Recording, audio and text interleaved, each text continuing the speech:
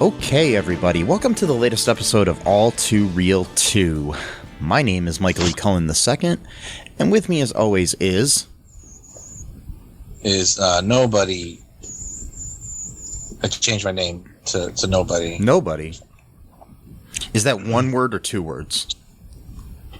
It's, I didn't think about that yet. Let's go with, one word. Yeah. Oh, okay, so you're like Cher or Madonna or something. Yeah, or Prince or, yeah. Not like Prince, but, yeah. You're like you're a musical genius. Well, I mean, I do all right. Yeah. Not as good as Prince, but, I do all right. So, anyways, today on the show, this is a bonus episode where we're covering the third episode of Wandavision on Disney+. So, first off, just wanted to ask you, what's your initial reaction here, Matt, to this episode? I like this one a lot. This was my favorite episode so far. Yeah, it was funny. It's like the whole, sitcom theme again, but it's just the 70s, so, things started to get a little bit more, like, I don't know what the word is. People took more chances, I guess, starting in the 70s when it came to TV, so it was a little bit not as, like, corny as, like, the episode 1 when it took place, like, in the 50s or whatever. Yeah. I agree. I mean, I liked it a lot. I mean, the whole Brady Bunch feel to it and stuff, and everything. It was pretty cool. Definitely, I love the look of the show and how they're able to basically create this whole aesthetic that looks like it was shot in the 70s or whatever period it takes place in.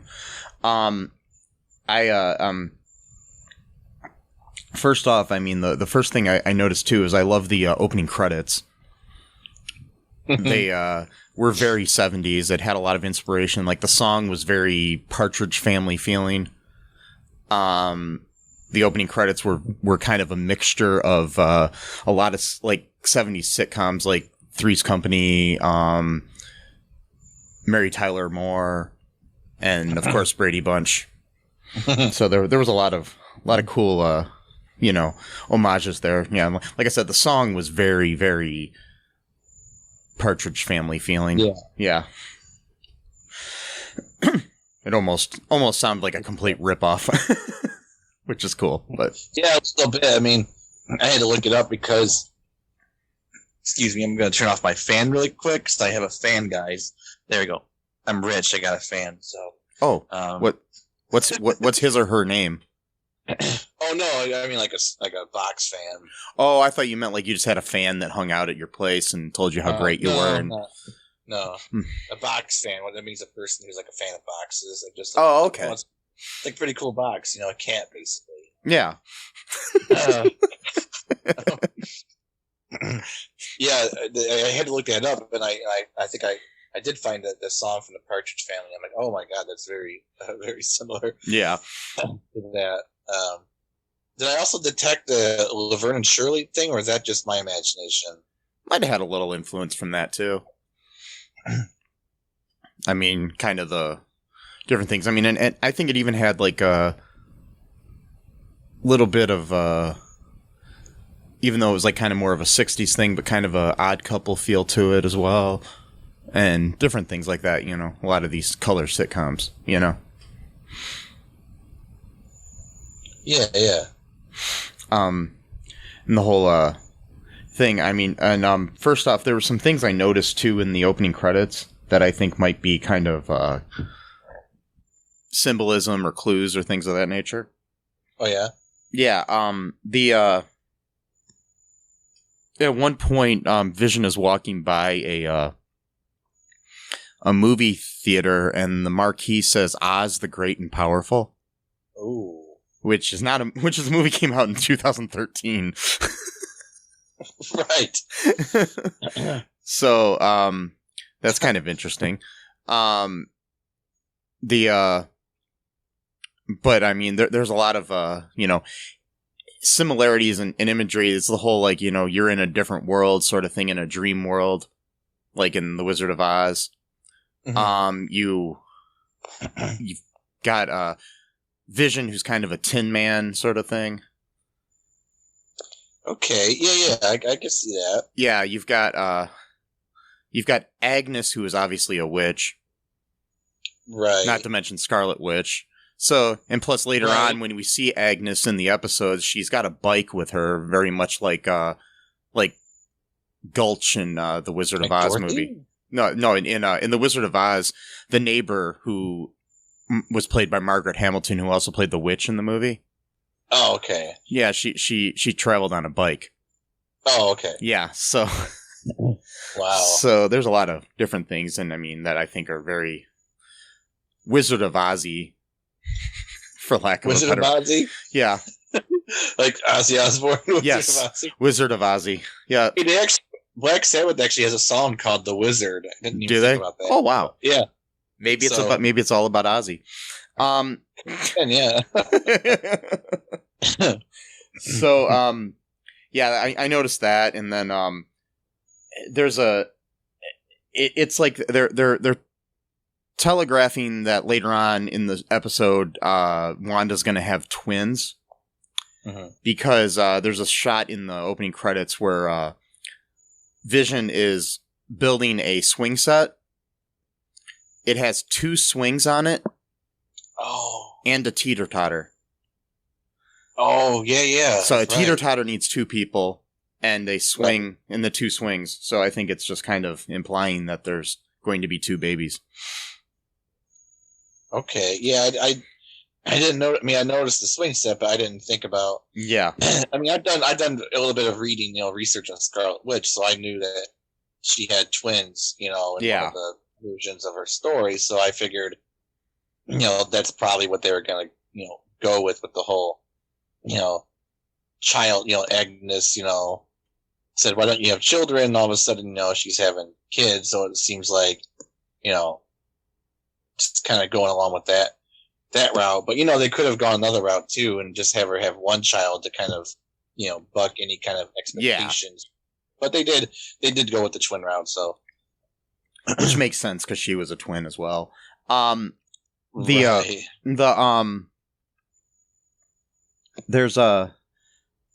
we see the hexagon motif too in the opening credits again, which we keep seeing again and again, which, hexagons, 6 sides, which could mean the devil.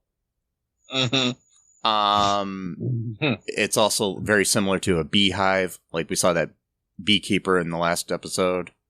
Right. Also, it is the symbol of the organization AIM in the comic books. AIM or AIM. Yeah. And so there's also the type of magic that Scarlet Witch uses is called hex magic.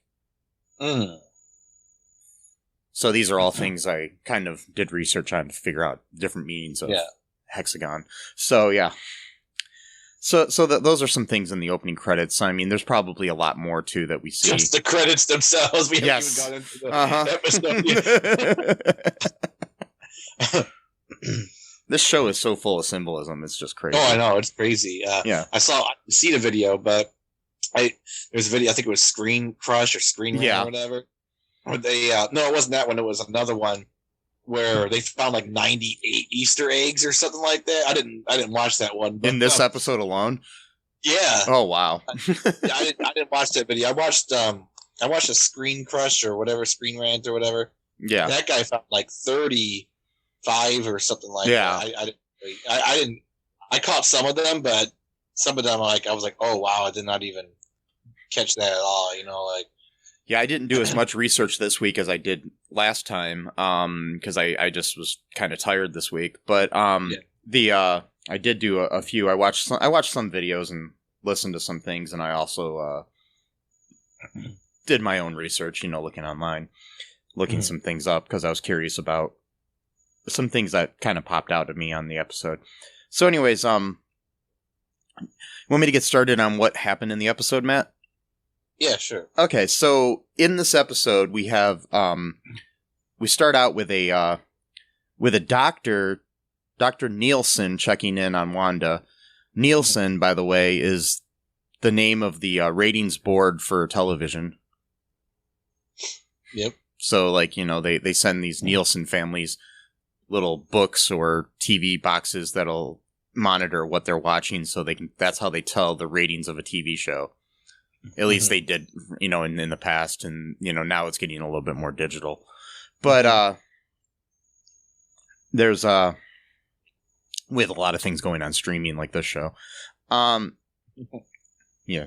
And most of these streaming services don't even release their, viewership.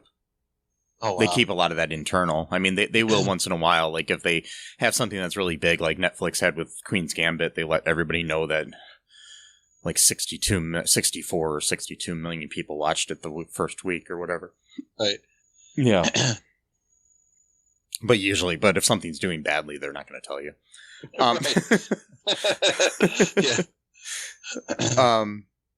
Yeah. Anyways, I found interesting too, a little bit of symbolism here too, is, he when he's listening, he goes, ooh, and then he goes, ooh. And then that kind of implies that there's two, but he doesn't say that there's two babies. So it's just kind of interesting.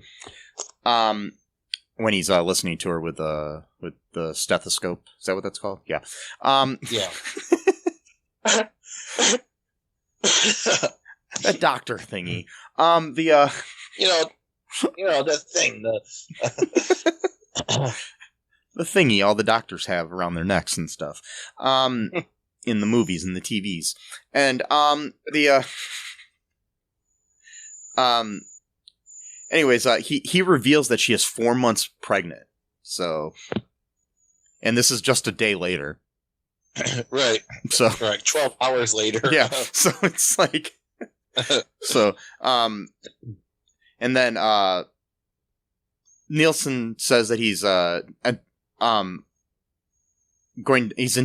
he's intending to leave on a holiday with his wife to Bermuda,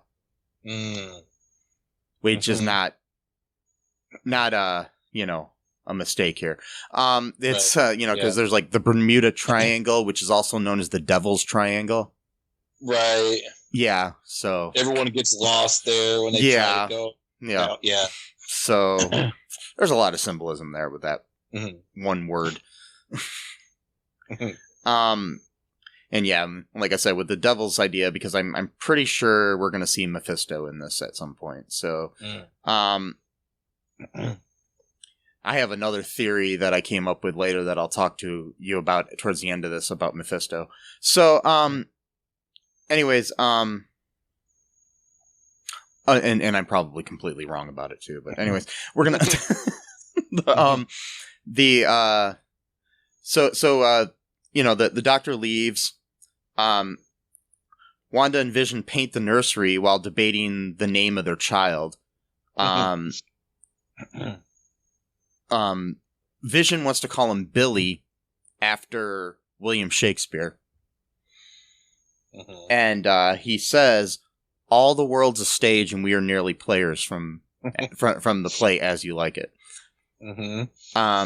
Which is interesting because of, the fact that maybe this is all just a play. Right. But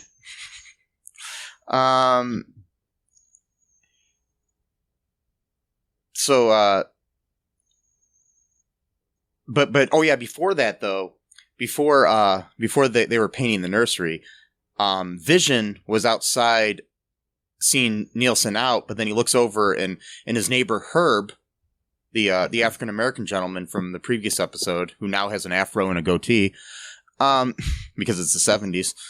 Right. He's trimming the hedges next door, and then he keeps going, and he cuts right into the stone wall that's in between the stone fence that's in between the two houses. Right. And Vision points that out to him, and he's like, "Yeah, you're right, buddy." You know, and stuff. He just keeps doing it. Yeah. And it's like, yeah. Go ahead. What I was to say, he just keeps doing it, and he's like not even like paying it to like. It's like almost like he was like in a trance, like not even paying attention, like, you know. I mean, it's like I've seen a lot of people talk about this, and it did give me this vibe too. It's kind of like when you're playing a video game and there's one of those non-playable characters in a video game who's just doing some kind of action in the background over and over again. Right. That's kind of what he felt like. You know, it's like he's just doing it and doesn't even realize what he's doing. Right. So yeah, or like he's just, you know, some kind of just extra in the background of something of the world that we're all living in. You know, yeah. And yeah, like you're thinking too, like maybe, you know, some of these characters, you know, are like that, but it's only when they're quote activated, you know, when they're actually supposed to like talk to you. So he may have been like in regular mode where he's just like a non-playable character, you know, at that point, you know. Yeah. And then all of a sudden though, you know, Vision starts talking to him, and it's like, oh shit, now it's time to interact with the main character, or one of the main players, or whatever. You know? So yeah, go ahead, because I got a lot to say, and I don't want to sidetrack from the plot. Oh no, that's fine. But okay, so basically, they argue over the name. She wants to name the baby Tommy as like an all-American name, basically. Mm-hmm. So, which is more part of this whole motif of the sitcom aspect of this, you know, thing. Right.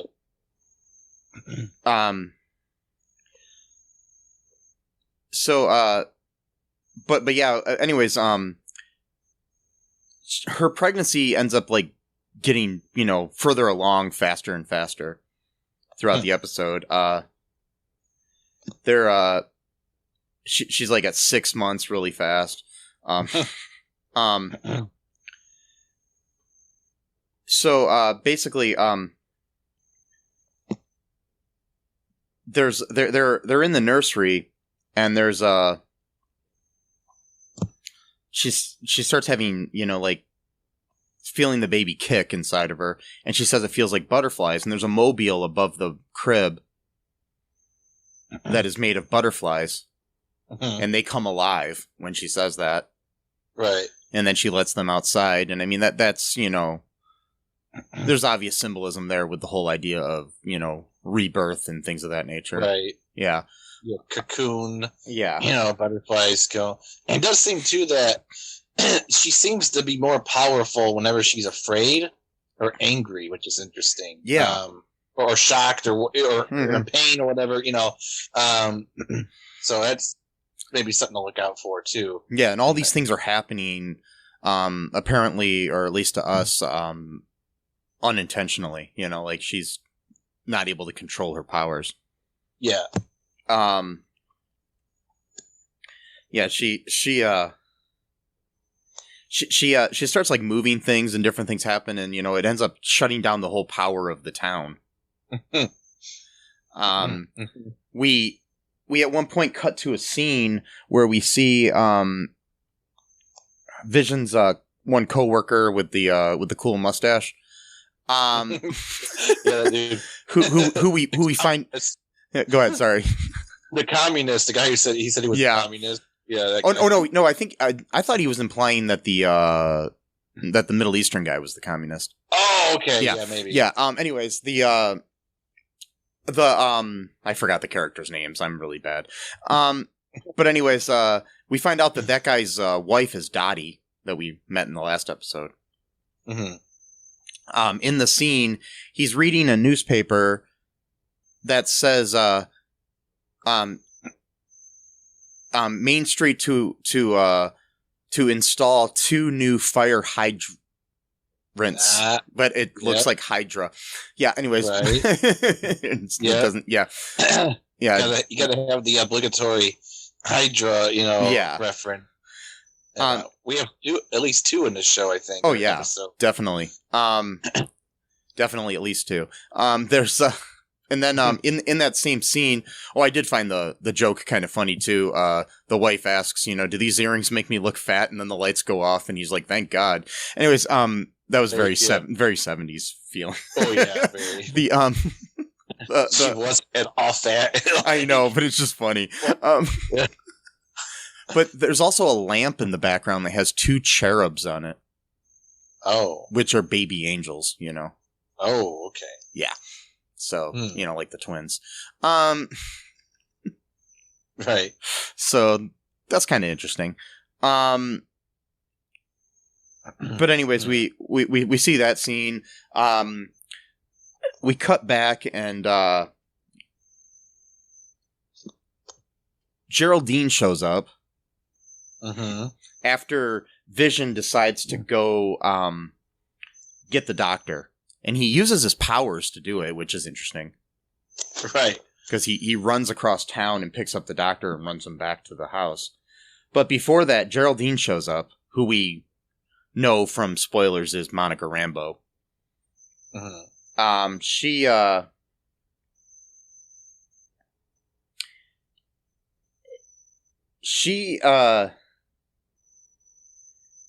shows up and she's talking about, her work and everything, but the whole time Wanda's trying to hide all these weird things that are happening, and also the fact that she's pregnant.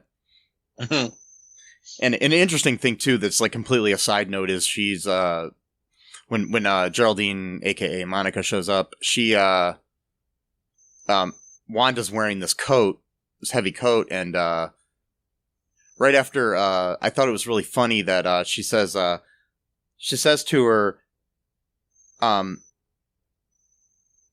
Geraldine, and then Geraldine responds about the coat. She says Foxy, which is kind of interesting because she kind of looks like Foxy Brown, the Pam Grier character. Oh, okay. Yeah, so I just thought I didn't pick that up. I mean, I heard her say that, but I didn't make that connection. Yeah, I mean, I don't know if there is any connection to it, but I just thought it was interesting that because she kind of got that whole Foxy Brown, big afro look and stuff. Right. She's talking about, things at her work and how she works as like some kind of advertising agency or something as a temp. And her boss has hiccups and all this other stuff. And her boss's name is Haddix. And the outfit that, I don't know if any of this means anything, but the outfit that she's wearing has fish all over it. And a haddock is a type of fish. Right. Oh, okay. Yeah, so I don't know if there's any connection to this or anything. I thought the mention of the name was weird, but there's nobody really named Haddix in the comics, so it's... Right. Yeah, I don't think it's any kind of relation to any character or anything, but it could be. So, yeah, that happens. Did you want to take a quick break here, Matt, and then we'll come back and talk more about the plot? Yeah, sure. Okay, we'll be right back, folks.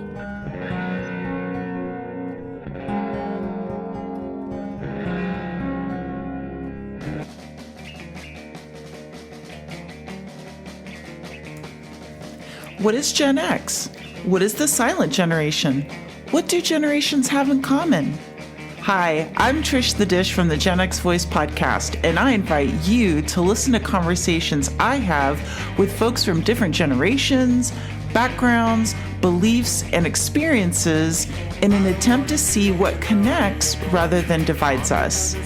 Even though Gen X has been called slackers, Karens, or not mentioned at all in some cases, we are the bridge generation, so I feel compelled to do my part to destroy ageism by bringing all these voices together. And, as a bonus, each guest gets to answer some 80s questions at the end of each show. So download and listen to Gen X Voice today on Apple, Spotify, Amazon, or wherever you listen to podcasts. And let's see how much we have in common after all.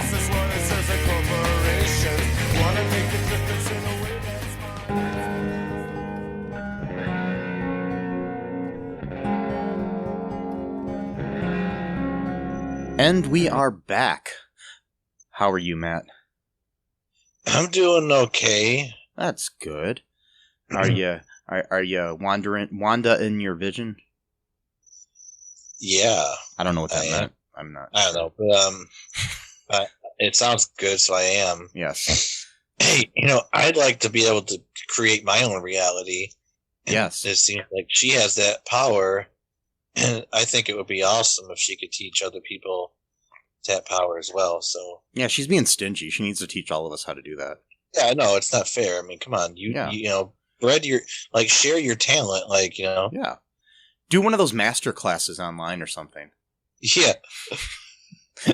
Wandavision masterclass. Well, of course, though, if she taught too many people it, then we'd be making competing realities with each other. So then I guess it would be, hard to, Well, we could all just live in our own realities. True. Yeah, I guess that could work too. So we wouldn't really be interfering. Yeah. But inevitably, you're always going to have someone that's going to want to take over other realities just because that's just part of their personality. So they won't be satisfied with having their own reality because they want to make sure that they can, take over. So yeah. So we had to find a fail safe, for that type of thing. So we can work this out. Yeah, maybe we shouldn't do this. I don't know. We'll talk about it. Join us on our next new podcast. It's called All Too Reality, and we'll teach you how to create your own reality. Our special with our special guest Wanda marks him off, and But anyways, Geraldine basically ends up helping deliver the first baby, while Vision is getting Dr. Nielsen from his house when he's having issues with his car when he's trying to drive out of town to Bermuda. I'm assuming he's driving to the airport. I don't think because I'm pretty sure you can't drive to Bermuda. No, you can't. Yeah. That type of car, maybe the boat car, maybe. Yeah. But, that's still kind of dangerous to be driving that far. I mean, if you had like Phil Coulson's car from Agents of S.H.I.E.L.D., which can fly, maybe you could. But to keep it in the Marvel family. But which made me think of something. No, why don't they have a car? That why did Vision have to go run? I just thought about that. They don't have a car. Well, I mean, he probably could still run faster than a car. Oh, okay. Maybe, yeah. But still. I don't know. They might have a car. They might not. Oh, they did in the first episode. They had a car that they were driving into town in. Oh, yeah, that's right. Yeah, so. So they probably have a car. It probably just changed from a 50s automobile to a 70s automobile. Yeah. Okay. All right. I don't know. So, basically, anyways, there was another point, too, where Wanda's water broke earlier before this all happened, and the water kind of flooded the town. That was before Geraldine came, and then Geraldine, which is another thing with the fish aspect, too. I don't know.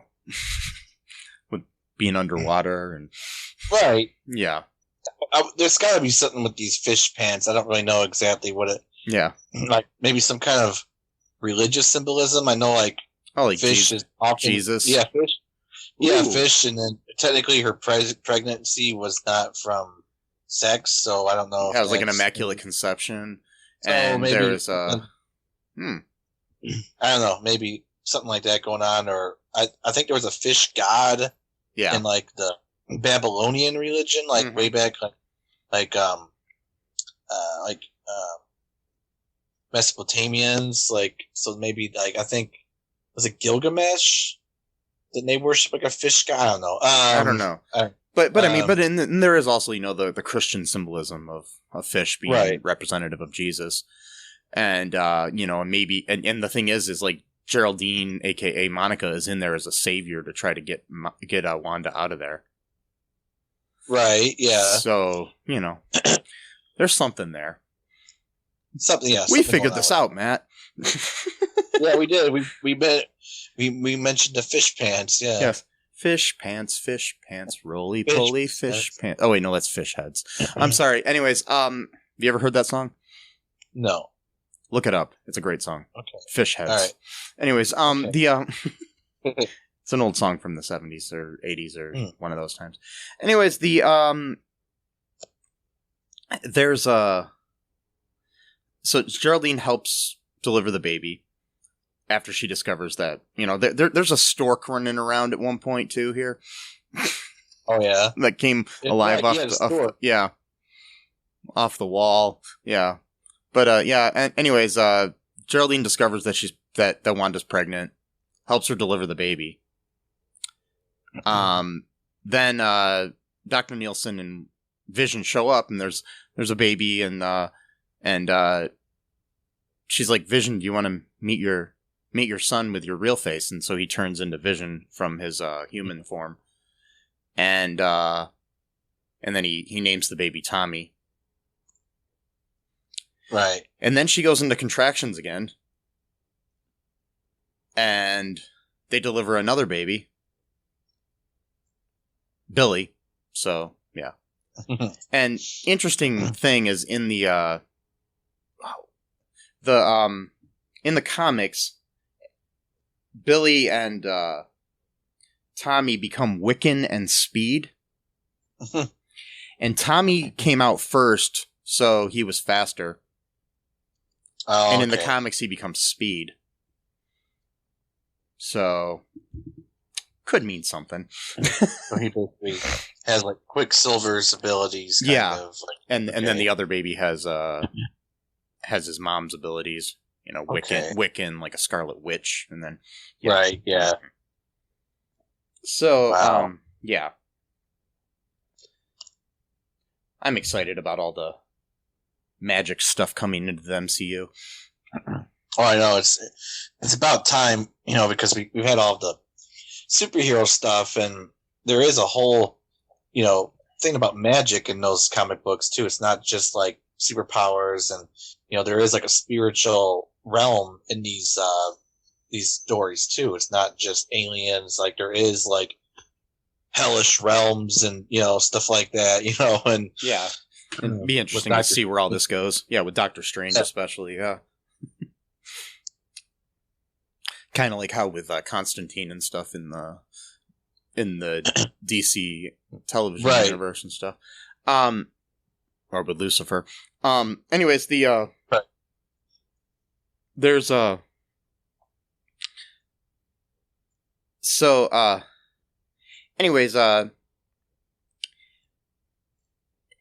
they deliver the twins. Vision walks the doctor outside. And then the doctor says something about how he doesn't about not leaving, and he says small towns are so hard to escape. So he's not going to leave. So it kind of implies that, hey, we're trapped here. Right. That's when the music starts getting ominous too. Yeah. Right then. And then after he says goodbye to the doctors, he looks over, and Agnes is over there with Herb, standing there talking to him. Like I said, she had a bike, so that's very witch-like, like the Wizard of Oz sort of thing. Right. And so they're whispering to each other about Geraldine. Right. And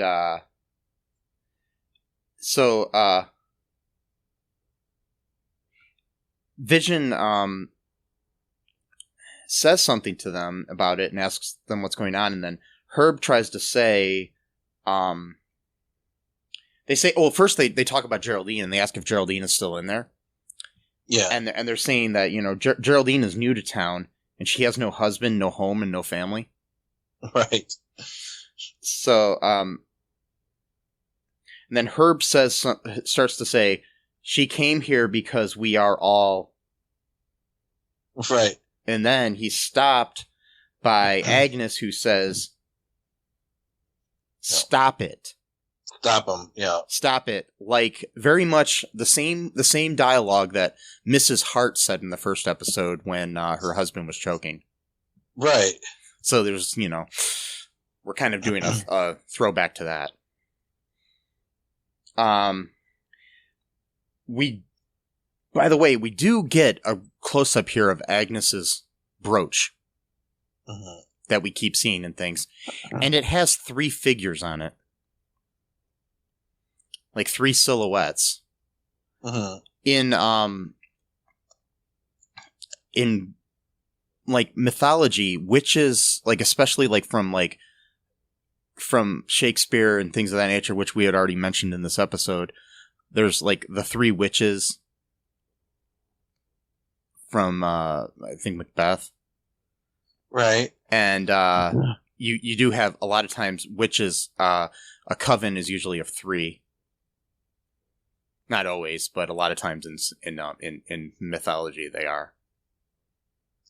So, that could be something. Or it could be one. It could be the twins and their father, who may not be Vision. Right. Yeah. So who knows what that means, but I'm pretty sure there's some meaning behind that. But like I said, they stop things there. She says, "Stop it." So we don't know what do you think that Herb was trying to say there? I think he was trying to say that they're all kind of like trapped there, or that they're all just like kind of a figment of Wanda's imagination. But that's the thing too. See about that is like I had this idea that Wanda has created this whole reality herself, but at the same time, it's not just her imagination, because Vision himself seems to have like his own consciousness, his own point of view. So if it was all just Wanda, everyone would just be like basically a part of her own consciousness, and like but it does seem like Vision periodically will like realize like, wait, this is kind of weird, like this, like, I think something wrong here. Then like she looks at him, and then all of a sudden it like rewinds, or not even rewinds, just like skips back to what he was saying. Then he like says some weird like platitude about like, oh, we're in uncharted waters. There you go, uncharted waters. Yep. So go ahead. I'm sorry. Well, I'm just trying to think of like what's really going, because like it seems like to me that everyone here is afraid of Wanda, but the show is also trying to make it seem like someone else is doing this stuff to her. But if she's the victim here, why would, it's like if someone kidnaps you, why would the kidnapper periodically start being afraid of the person they kidnapped? You know what I mean? Like, it doesn't really make any sense. So like if you go and kidnap someone, you're not be like, don't go downstairs, they might hurt you. You know what I mean? Like, you're the one with the power here. You know what I mean? Like, so why would you be afraid? I don't know. Or it could be like a Stockholm syndrome sort of thing, where the like subconsciously a Stockholm syndrome, where Wanda is being held captive, but she's become used to the thing and she likes being held captive. Right, but at the same time, like Agnes, like she looked really afraid that Herb was gonna like basically spill the beans on the whole. So it's like, and it did, the way her her expression did not look like, don't tell her my secret. Like, she genuinely looked like she was afraid. Like, you know what I mean? Like, so yeah, because I think that they're afraid of Wanda for some reason, and I agree with you there. I think she might be the villain. Yeah. So maybe Wanda. Maybe Agnes is partly a villain, but she's also afraid of the power that Wanda potentially has. And so it's one of those things where maybe they're all trying to harness her power, but at the same time they know how much power she does have, that if she turns on them, then they're all fucked, kind of thing, So yeah, I don't know. There's a lot of things. There's a lot of possibilities here. And then the main thing is I think that these people, besides Geraldine, actually lived in Westview. because we find out at the end that Westview is actually a real town. So, Okay. yeah. But anyways, back to the plot though. After that happened though, we cut inside and we see Geraldine talking to Wanda, and she says something about twins, and then Wanda mentions, I was a twin. Right. And she's like, I had a brother, Pietro. And then Geraldine, she says, he was killed by Ultron, wasn't he? Right. Well, she was singing this lullaby. In In Sokovian. It was a really emotional moment because, like, sorry, I'm getting almost teary-eyed just because that moment looks like the whole thing was like a laugh track, and then all of a sudden they got really quiet, and she's like, I'm a twin. And, like, it's like she started remembering, like, her brother, and then it was like, yeah, and then she starts singing this lullaby in Sokovian, and yeah, that's when Geraldine, like, she starts, like, having this realization of, like, breaking character, so to speak, of, like, wait, like, yeah, I know, she just looked like she came out of a trance, you know what I mean? Like, yeah. Literally. And then Geraldine tried to act like she didn't say what she said. And, because Wanda got mad at her. Yeah, like, Wanda had this, evil look on her face. Like, she was, it was like a scared turned into anger. Right. Yeah. So, and Elizabeth Olsen is awesome and, acting that scene out. And then Geraldine turns into like her sitcom character, basically. Like she was Monica Rambeau for a minute there, and then back to being Geraldine. Right. And then Wanda notices that Geraldine is wearing a pendant with the sword emblem on it. Mm-hmm. So, and she asks what that is. Mm-hmm. And then when Vision returns, Geraldine is just gone. He asks, where she is, and Wanda says she had to rush home. And she said it so, like, with so much malice, and they're like, she's like, oh, she had to rush home. Yeah. It's like she's saying it in a sitcom voice, but the look on her face too, it has the malice in it. It's interesting. Elizabeth Olsen is an awesome actress. Anyway, I know. You know what? I had no idea until you mentioned it last week. Yeah, that was actually one of the Olsen. I just thought that was her name. I had no idea that was actually. She's not one of the Olsen twins. She's their younger sister. Oh, okay, gotcha. Yeah, because Mary Kate and Ashley are the older sisters. Oh, yeah. That's right, yeah. Yeah, but she's their younger sister. So. Oh, okay. Yeah. Yeah, she's a better actress than either one of them. Anyways, yeah. Wasn't she also in Weeds for a while, or is that someone else? I don't know. I haven't seen Weeds in so long. Okay, Silas's girlfriend for a while. She was like the hardcore Christian. That might have been somebody else. I'm not sure though. Okay, maybe. Yeah, it's been a while since I watched it. So yeah. I know she's been in a lot of other things. There's a really good movie that she's in that I watched. Trying to remember the name of it. It's called Liberal Arts. It was directed. It was, I believe... Yeah, it was written by and directed by Josh Radnor, who played Ted on How I Met Your Mother. Okay. And he stars in it. And it's a really good... I mean, this is a complete sidetrack here. But he plays... it's a story of a 35-year-old who has a romantic relationship with a 19-year-old played by Elizabeth Olsen. Oh, wow. Yeah, and it came out in 2012. And, oh my God, I totally forgot about that movie until right now. It's a really good movie. Cool. Highly recommend it if you can find it. It's one of those good, like, slice of life, romantic comedies. Yeah, she,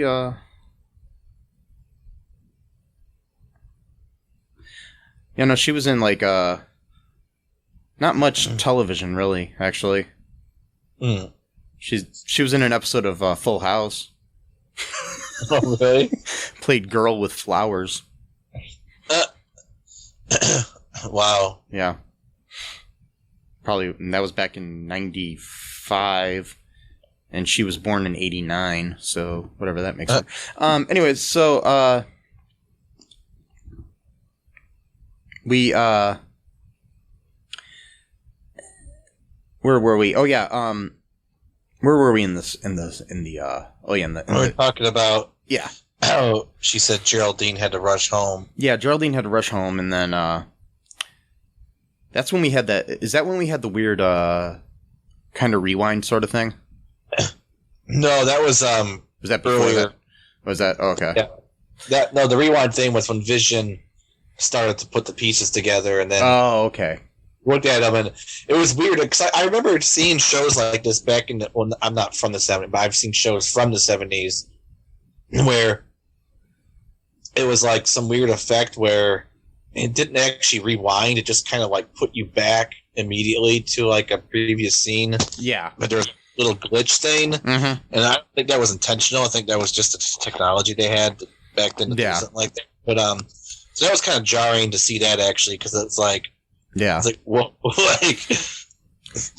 Yeah, it was interesting that they chose that as opposed to the rewind. But then again, I think that had more to do with the fact that they were still in the same location as opposed to before in the other episode where they were outside and then they rewound to being inside. Right. Yeah. Yeah. So,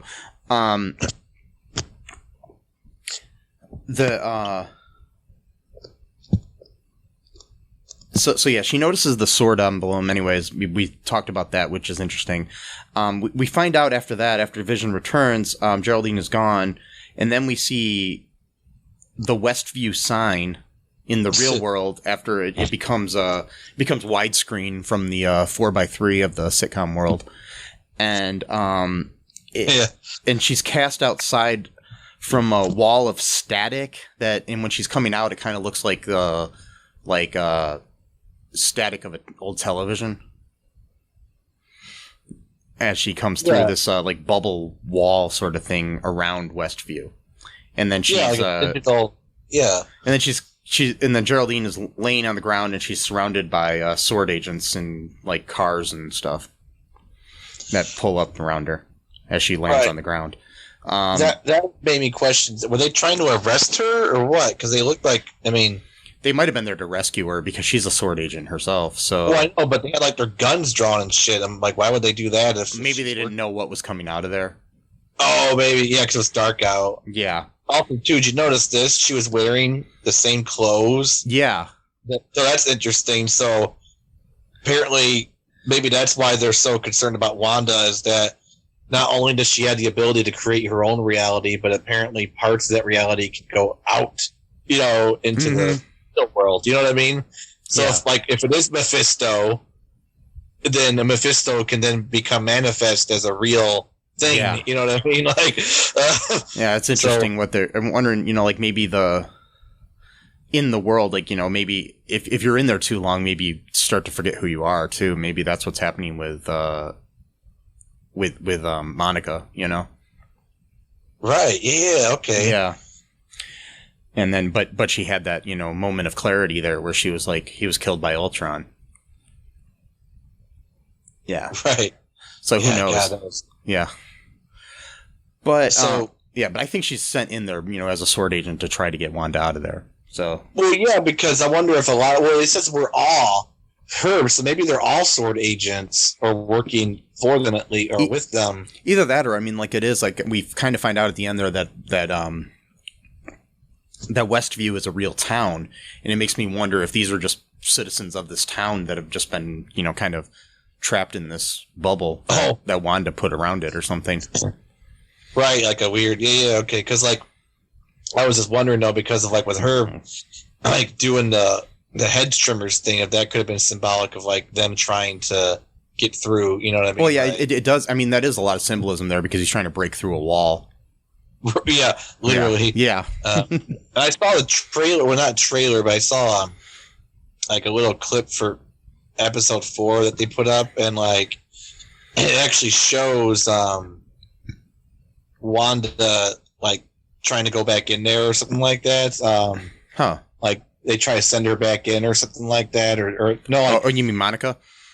Sorry, yeah, Monica, yeah. And like a beekeeper guy was there again. Like they're trying to get back in somehow. Or it looks like that they're starting to ramp up like what's actually happening in the show. It seems like starting episode 4, because I know people have been complaining about this show doesn't tell us what's going on, type of thing. It's like, okay, chill out. It's only been 3 episodes. Like, do you need everything spoon fed to you, or you know? It's like people are afraid to use their fucking brains. That's the problem. They want everything fed to them. They want just some. Oh, I want some Michael Bay type action here now.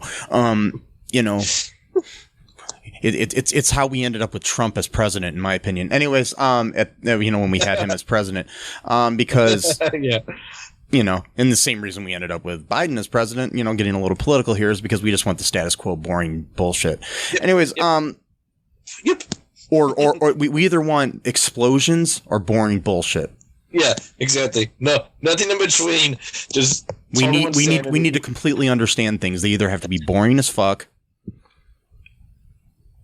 or, no nuance to anything, Yep. Makes sense. But somehow people find nuance boring when they're watching the show, which I just don't get. Exactly. It's like, wait, it's like, this is actually not boring at all. Like, like just do a bit of research, or, hey, fuck, you can pause the show at a certain moment and then, oh, that's an interesting little thing. Let's look that up. And then, and like, it's like, I don't understand. I mean, I know it's funny how easily things have changed, because people are so used to either being spoon-fed everything or fed everything at once when it comes to like Netflix, where they release like all the episodes of Queen's Gambit at once, or all the episodes of Stranger Things at once, or whatever, of a whole season, or Cobra Kai, or whatever show you have, and you don't have to wait week to week like we used to. But just like, a decade ago, people were obsessed with Lost. Right. And, loved the whole mystery of things, and having to wait a week and figure out, trying to figure out in between weeks, like, what the fuck was going on. But now we got a show out that's doing a similar thing here. And because it's 2021, people are like, oh, I need my instant gratification. Hey. I need to know what's going on now. I can't really think about it for myself or analyze things, And I blame the school systems, because we don't have a lot of, I don't think, analyzations of poetry and writing and stuff like we used to back in the day, It doesn't seem, I don't know. That's my guess. I don't know. I don't go to school. So, I'm not in high school anymore. I'm a little older than that. So, but anyways, do you want to take another break here, Matt, and we'll come back and we'll talk really quick about our like predictions and some trivia and stuff? Yeah, sure. Okay. Be right back, folks.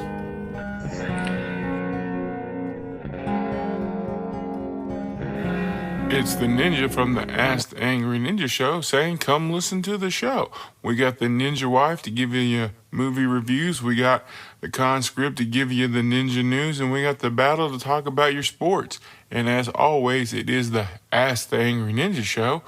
So ask me a question. We'll give you the ninja knowledge you need for your ninja life. Search for us anywhere you get your podcast from. Just search for the Ask the Angry Ninja Show and enjoy the show.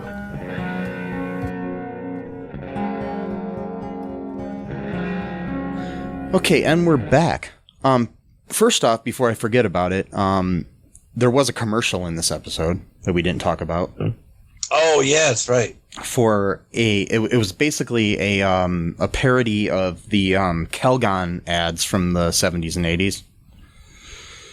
Almost a shot-for-shot remake of one of the Calgon ads, which was Calgon was like a bath powder that would like create like a bubble bath and soothing stuff and their ads were always about, it was like, Calgon, take me away.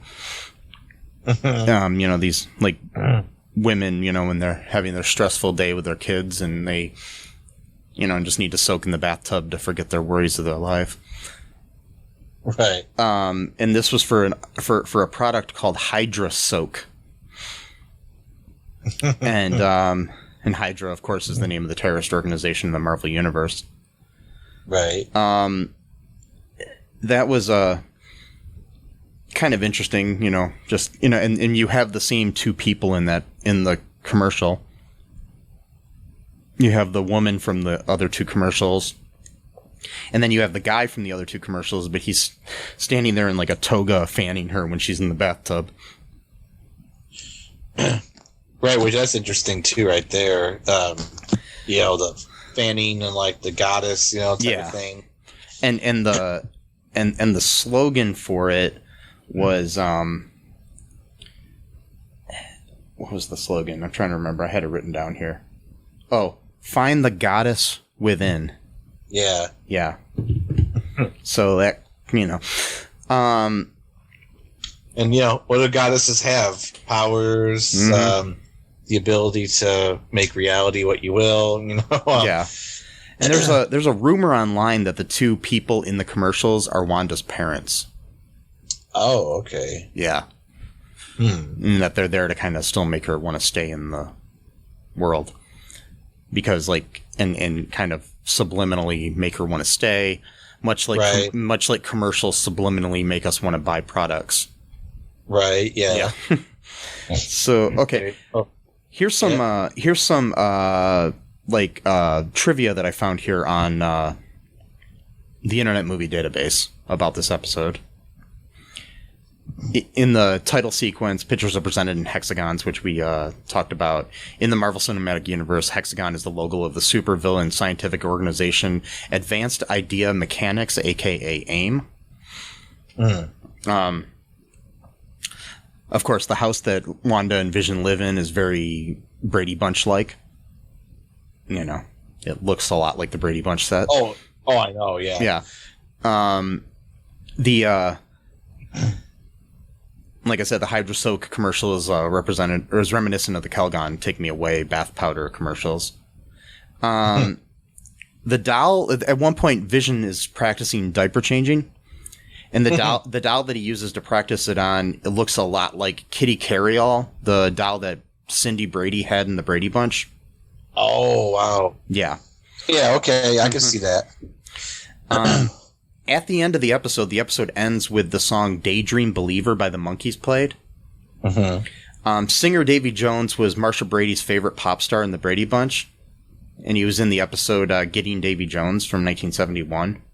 Wow. I have some other feelings on this. Okay, the song itself is about a homecoming queen, a guy that fell in love with the homecoming queen. And the whole idea of the song is it's about when they're adults and he's trying to keep her happy in their relationship. So, and it's like this whole like daydream sort of thing about it too. So there's the dream aspect of it. Right. Also, it's a Monkees song, and the Monkees were a fabricated band created just for television. Initially, who eventually became a real band. Yeah, they were actually pretty good musicians on their own. Yeah. And then, yeah.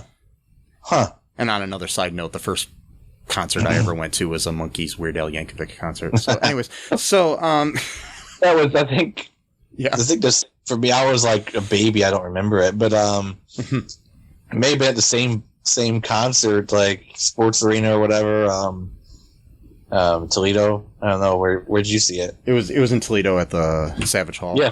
Yeah. I may have been at the same concert. Yeah. So that's messed up, man. We were at the same concert together, man, and then we became like best buds. Maybe our parents were like actually sitting next to each other. No, not everything has to be an origin story, okay, man? Yes. And then we gained our superpowers and we controlled the world. Right. Wait. When does that happen? When? Yeah.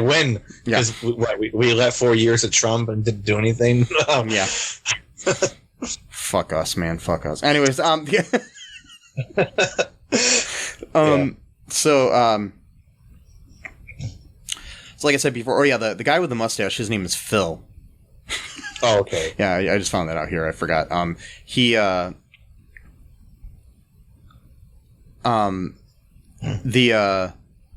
is established that Phil and Dottie are a married couple here. In the animated open sequence of the last episode, they were seen standing next to each other in front of a house. That sequence also featured Herb cutting his hedges and Agnes standing on the other side of them, as they do in this installment. Oh, wow. Yeah. Yeah. It's so weird. There's Wanda and Vision, like as we've spoken, debate over what name to call their son, first, and then Wanda wants Tommy while Vision wants Billy. In the comics, the couple had twins named Tommy and Billy, who went on to be the superheroes Speed and Wiccan, which we've talked about. Tommy with super speed and Wiccan with magical powers. Wanda's choice of Tommy represents her affection for the super fast brother Pietro, while Vision's choice of Billy represents his affection for his magical wife. Right. Yeah. Wanda. Yeah. So, and like I said before, the final scene when we see Monica fall out, it jumps from 4:3 to 2:35:1. Or 2.35:1. I'm sorry. This effect has been used in several movies. So where do you see this going here, Matt? Like, any speculation or anything? Well, I saw the little clip, like 30 seconds, about episode 4, and it actually shows Wanda expelling Geraldine from the house. So, like, we see her going through, like, the pixelated stuff, but, like, this thing actually shows, like, that moment where she, like, used what happened there. Yeah, like, she used her red, powers or her whatever it is, the energy thing. It just, shot her out of that reality. And it shows Monica is her name? Monica? Yeah. And it shows Monica, like, dressed, like, more like how she would, like, look, in real life, and, like, trying to... It looked like there was, like, some, like, force field thing that they were trying to get through it for, like, a split second, I think. I don't know. I had to watch it again, but, like... Yeah. I don't know. I just think things are going to start ramping up because even though people are complaining about not being fast enough, each episode has gotten more realistic, like, than the last one. And gotten faster. Yeah. Yeah. Because, the first one, the only reveal that happened is when, Vision's boss started choking, and then that's when things started to break for, like, a moment. But, like, that was pretty much it for the whole episode, and then, episode 2, we start seeing, like, the whole thing, like, where Vision is essentially drunk because he had a piece of gum that got stuck in his body, and he's, like, accidentally revealing his powers, and Wanda's trying to make it seem like it's all just an illusion, stuff like that.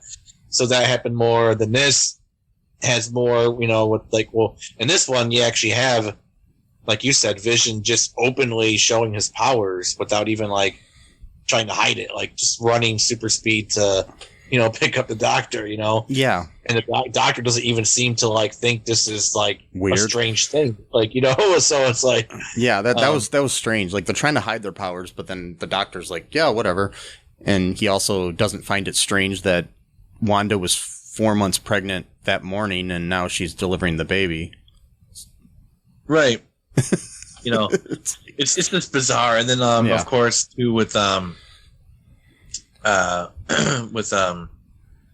forgot what I was going to say, but anyway, I think what's going to happen starting episode 4, because it's going to be the 80s now, and you should watch that clip if you can, because it looks very 80s, like Agnes shows up and she's like, it's Aunt Agnes or whatever, and the kids are like, well, the kids are still babies, kind of, but so I'll have to check that out.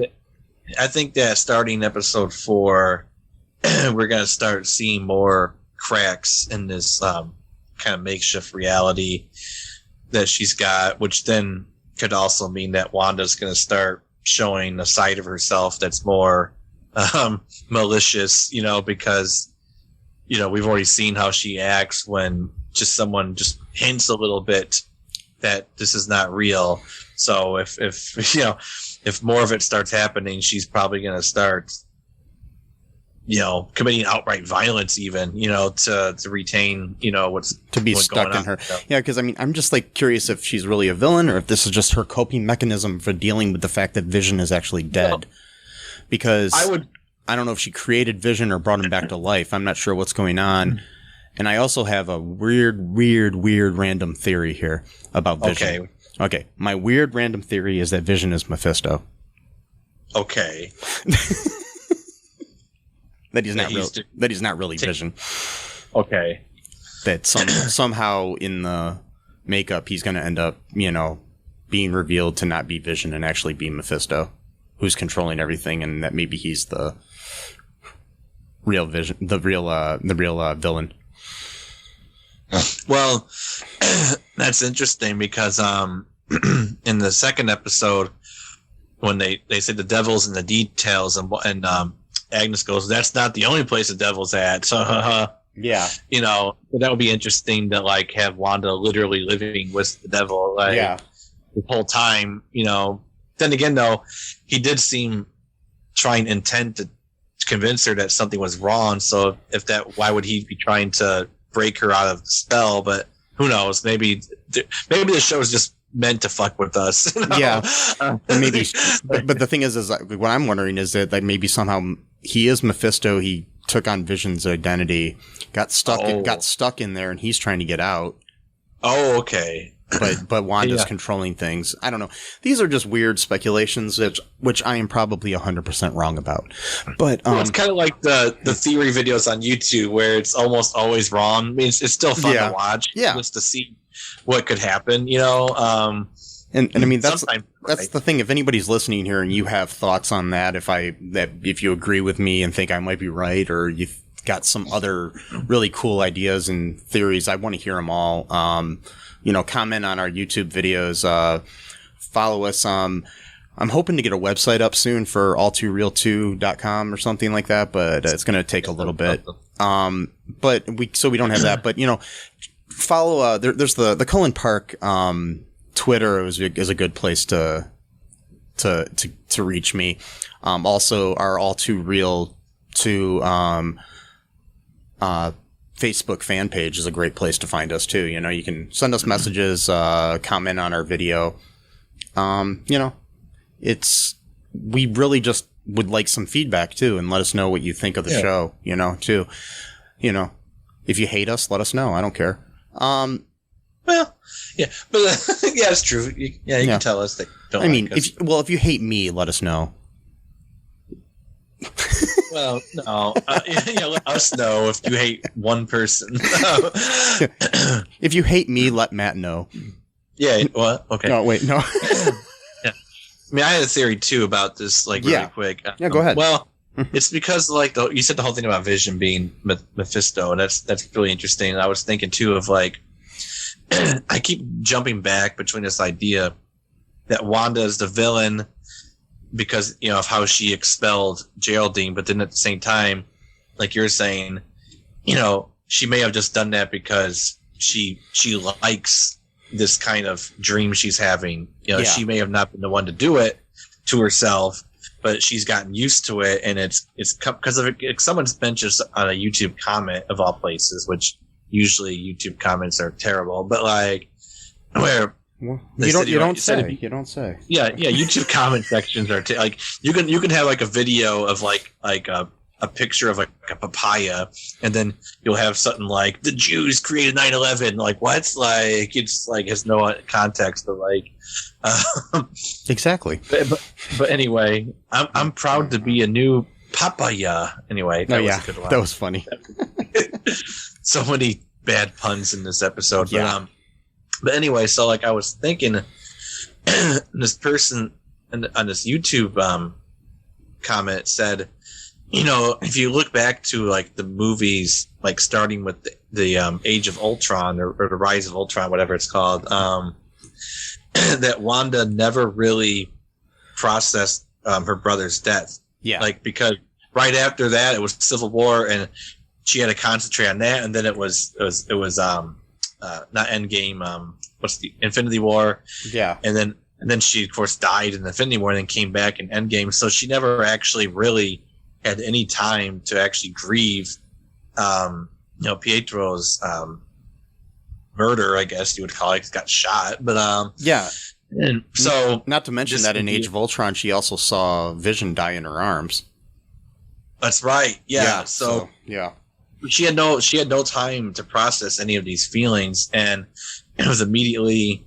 And then she had to go fight in a civil war against a team that she had just joined after being manipulated by Ultron to be on his side for a while, and then. She realized that she was on the wrong side and then joined, the good guys. And then all of a sudden she's forced to pick between sides of that group.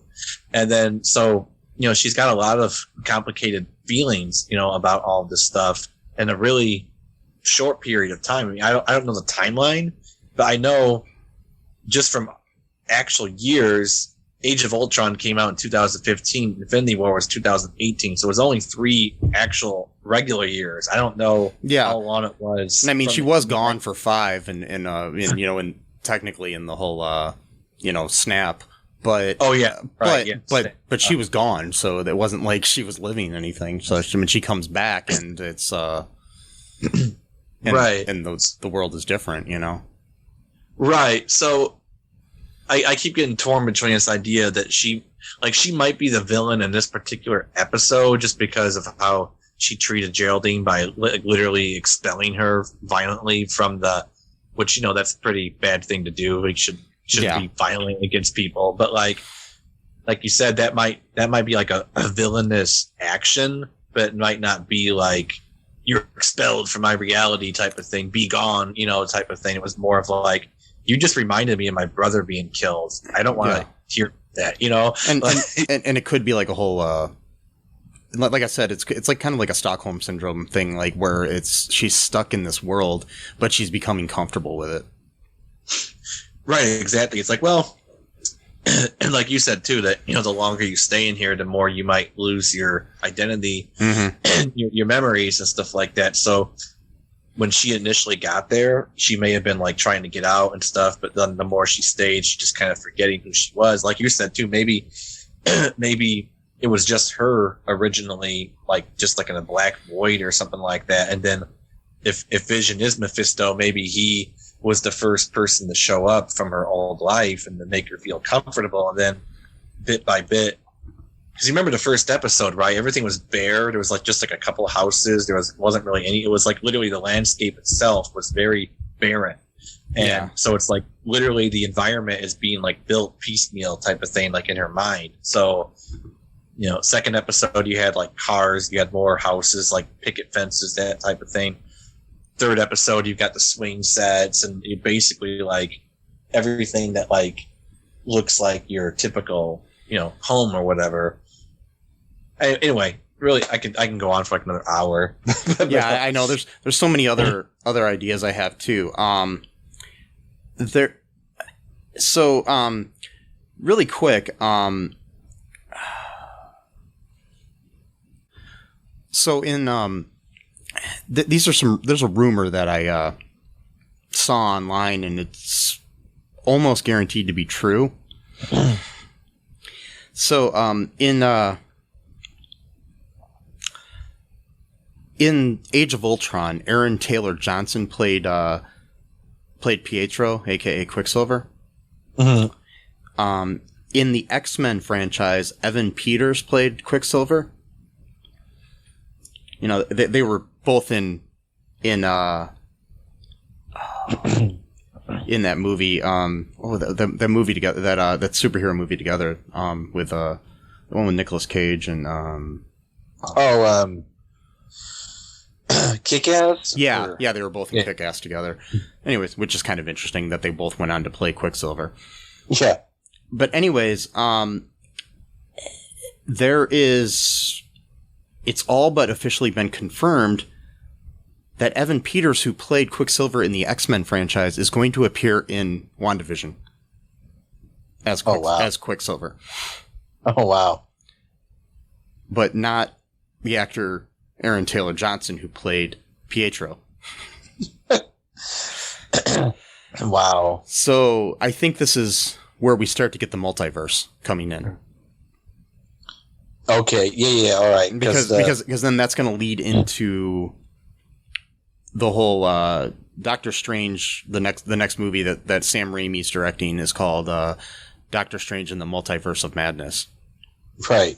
So and it's confirmed that Wanda's going to be in that movie, probably as the villain. So yeah, I'm thinking we're going to see that sometime soon. We're going to see we're going to see Evan Peters on the show. So that's awesome. Because that was like go ahead. Sorry. No, go ahead. All I was going to say first though is that I think what she's going to probably try to do is bring back her brother somehow, but she brings the wrong Quicksilver. Right. Okay. Yeah, I can see that. Because Marvel never really, at least in the movies, they never really did the multiverse thing a lot.